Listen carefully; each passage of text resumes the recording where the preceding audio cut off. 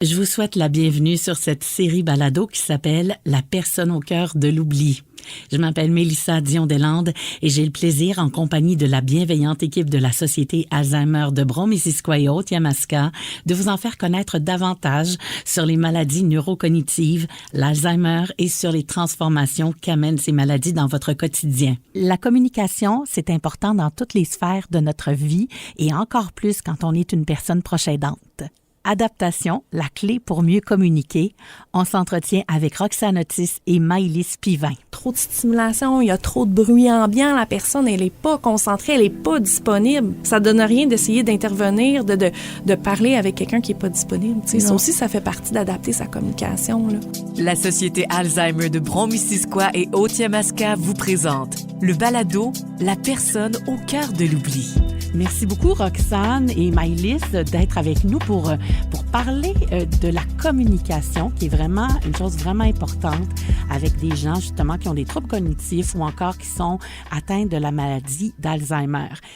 On va parler de communication éventuellement, mais avant tout, ça reste que une des choses les plus importantes, c'est le lien de confiance. Il vient influencer beaucoup de choses. Bien, le lien de confiance à la base, tu sais, c'est ça. On travaille avec des êtres humains, hein. C'est pas, même s'ils ont un trouble cognitif ou peu importe, c'est un être humain qu'on a devant nous.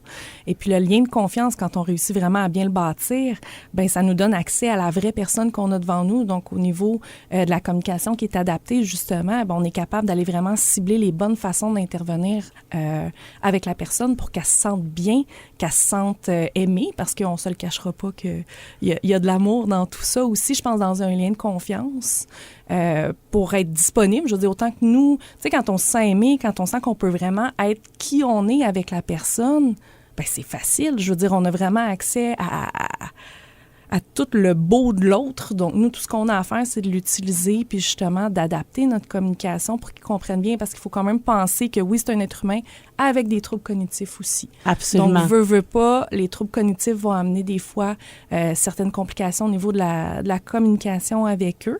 Mais quand on a les bons outils, ne serait-ce que, tu sais, nous, on travaille là-dedans, mais pour les gens aussi à la maison, là, tu sais, le lien de confiance est toujours important à bâtir, surtout quand il peut y avoir, tu sais, des fois des tensions au quotidien, là, tu sais, vite, on se prépare, vite, faut partir. Le fait qu'ils ont de la misère à zipper leur manteau, tu sais, ça peut nous irriter. Bien, ça affecte le lien de confiance, veut pas, parce que la personne reste dans l'émotion du stress, dans l'émotion de tout ça. Donc, quand on arrive pour communiquer avec elle, bien, peut-être moins disponible. C'est ça qu'on travaille, en fait, quand on anime nos groupes, ne serait-ce que les répits à domicile aussi, là. Oui. Pour ma part, je fais plus de groupes, donc c'est sûr que je le vis plus au quotidien en ayant plusieurs personnes. Mais on le voit, là, que quand ils nous font confiance, on a beaucoup plus de rire, on a beaucoup plus de confidence, même s'ils se répètent, on est capable d'aller avoir de l'information malgré tout, tu sais, d'aller puiser les petites perches qui nous lancent, puis de mieux comprendre, parce que c'est ça qui va orienter ensuite de ça les échanges, puis tout à fait la façon de communiquer au quotidien. Exactement.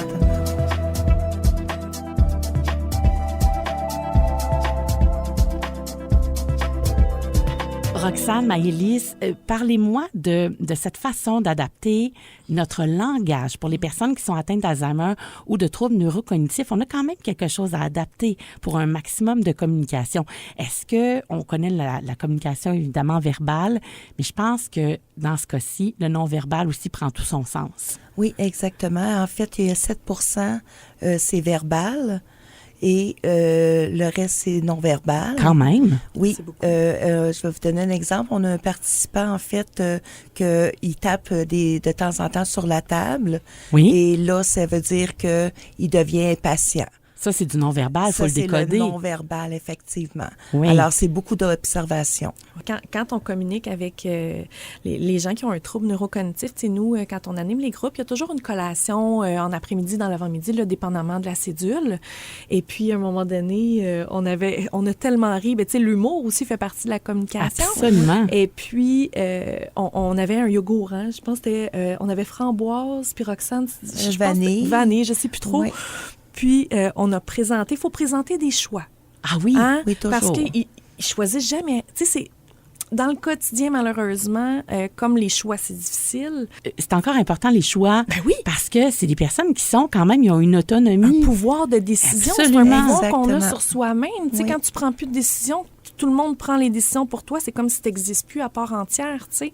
Donc, nous, on est là pour justement stimuler ça. Mais ce qu'il faut comprendre, c'est qu'on peut pas arriver avec le pack de yogourt au complet et faire comment? Lequel vous voulez? Oui, Ça trop de marche choix, pas. c'est pas mieux non plus. Mais non, c'est ça. Fait que Roxane... Oh, moi, ça me fait trop rire. À propos, justement, la vanille et la framboise. Ouais. Et puis, notre monsieur, tout bonnement, regarde Roxane et fait « Hey, mais m'a te prendre Françoise, moi! » Mais là, écoute, tu sais, un bijou... Oui, oui. Un bijou, j'y Oui. pense encore, j'en ris.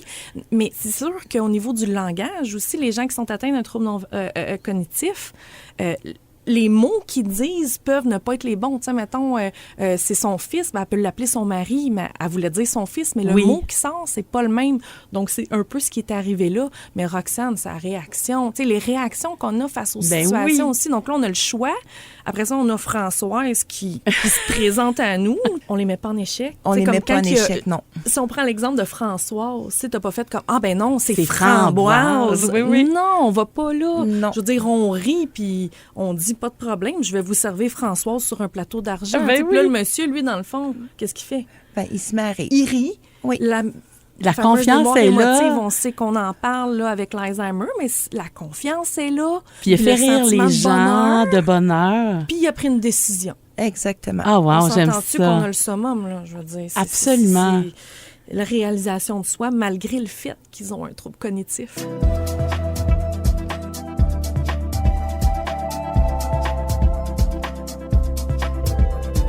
Trouver le bon moment pour dire les choses, ça fait aussi partie de la communication adaptée. Oh que oui. Dans la communication adaptée, il faut penser aussi que tout n'est pas nécessairement bonne chose à dire n'importe où. Des fois, ben il arrive des situations parce qu'eux aussi ont des émotions, ils vivent des choses à la maison. C'est pas toujours beau, c'est pas toujours rose là, ce qu'ils vivent là. Nous, on a le beau, mais on est quand même là pour les épauler puis les aider dans tout ça. Et puis, tu sais, des fois, juste de les isoler. On est toujours au moins deux. Puis Roxane, pour ça, elle a vraiment le pif pour se dire, OK, là, c'est plus le temps qu'il soit dans le groupe, on va le prendre à part. Ça va y faire du bien, on va intervenir, Ouais. puis après ça, on le ramène.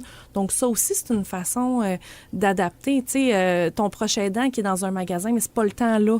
On va sortir du magasin, il y a trop de stimulation, il y a trop de bruit ambiant, la personne, elle est pas concentrée, elle est pas disponible. Ça donne rien d'essayer d'intervenir, de parler avec quelqu'un qui n'est pas disponible. Tu sais, ça Non. aussi, ça fait partie d'adapter sa communication. Là. Puis aussi, c'est de pas leur donner trop d'informations aussi en même temps. C'est de se limiter. Parce que sinon, quand c'est trop, même nous, on...